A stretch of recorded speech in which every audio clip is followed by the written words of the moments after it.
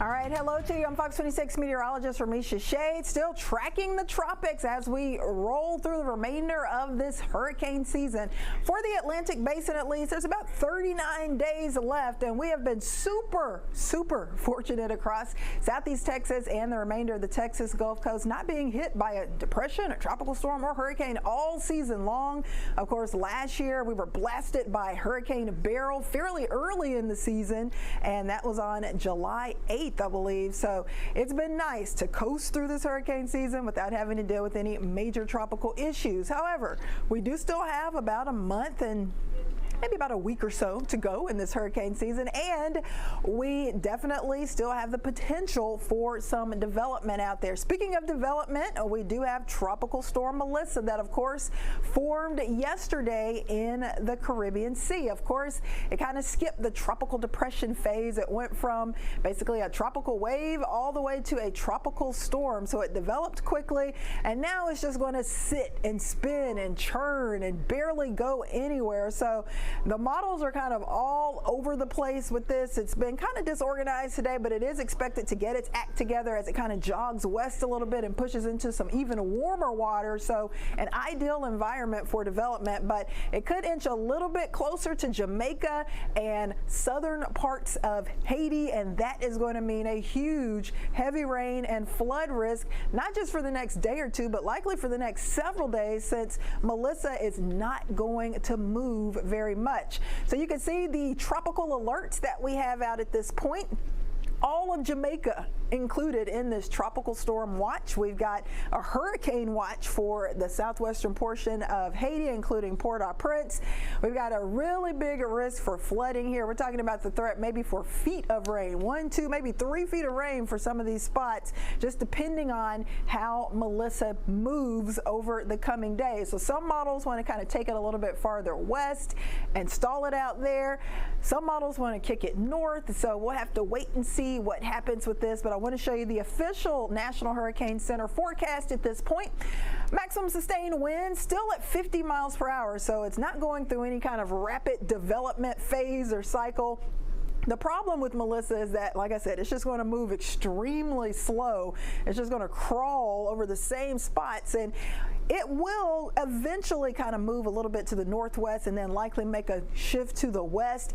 But here is the big difference from yesterday. The models now have this strengthening to a major hurricane, and not just a Category 3, a Category 4 likely by this weekend into early next week. But notice over the several day period, it's just not moving much. So areas close to Melissa are going to have that high potential for heavy rain and flooding. That includes all of Jamaica and, of course, southern parts of Haiti and even the eastern portion of Cuba. So definitely some big impacts potentially to cruises, maybe your vacation plans, and of course folks that live there will have to deal with the threat for flooding, mudslides, all of the above. Strong, possibly damaging wind. Our Fox Weather tropical models showing that all of these Caribbean islands here getting in on some of those big time heavy rain bands. It's going to be windy as well, rough seas, and notice Melissa just spinning over some of the same spots. Now we're into Saturday evening, and you can see Kingston, Jamaica there, Port-au-Prince, Haiti, Santiago, all of these areas still with that high heavy rain and flood potential. So Melissa is the only tropical system that we're tracking at this point. Next name on the list would be Nestor, but no signs of Nestor forming just yet. We've had 13 named storms so far for this season, getting very close to the average for an entire hurricane season. That would be 14 named storms. We usually average about 7 hurricanes. We're about 3 behind from that at 4, and we are tied with our major hurricane so far for this season. So as we only have a little over a month left for this hurricane season, if you're in Houston or other parts of the Texas Gulf Coast, you may be wondering, do we have anything else to worry about? Is it a wrap for us? Well, the chances for us getting anything this late in the season, extremely low, but we are still monitoring this weather pattern that we call the Central American Gyre, and sometimes this can help to spin off some tropical waves that could turn into tropical systems. So the chance is very low, but we are still concerned about it because the water temps around the western and northwestern Caribbean, around the Gulf, the western Atlantic are extremely warm. We're talking about middle 80s for much of the these areas. So that is fuel for any type of tropical system that would pop up out there. So that is why we are concerned that, yes, there could be some issues. Right now, though,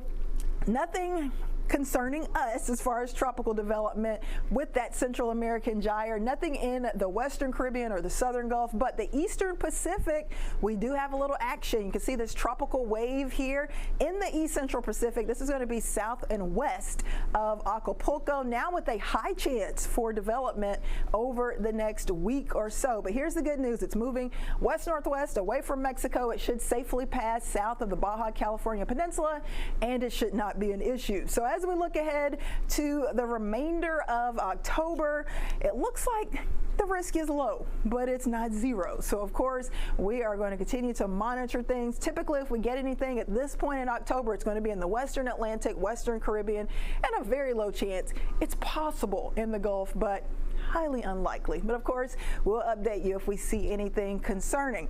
As we jump ahead to November, notice even the yellow shaded area in the Gulf goes away. So chances are very, very, very low for development in the Gulf, but there's still a chance. It's possible still in the Western Atlantic and the western part of the Caribbean for the month of November. Of course, we have to stay alert and be aware that these tropical systems can still pop up all the way through the end of hurricane season, which does not end, by the way, until November 30th. So please make sure that you are staying aware of what's going on. Of course, the best way to do that, check in with us. Every day we are here giving you a tropical update, letting you know what's happening on Texas Live and Local. So we are going to continue to monitor things. Right now, Tropical Storm Melissa, the only major problem out there, and it's really going to be vacation plans, maybe your cruise plans that may be impacted. So we will keep you updated if something else pops up or if something changes with Melissa.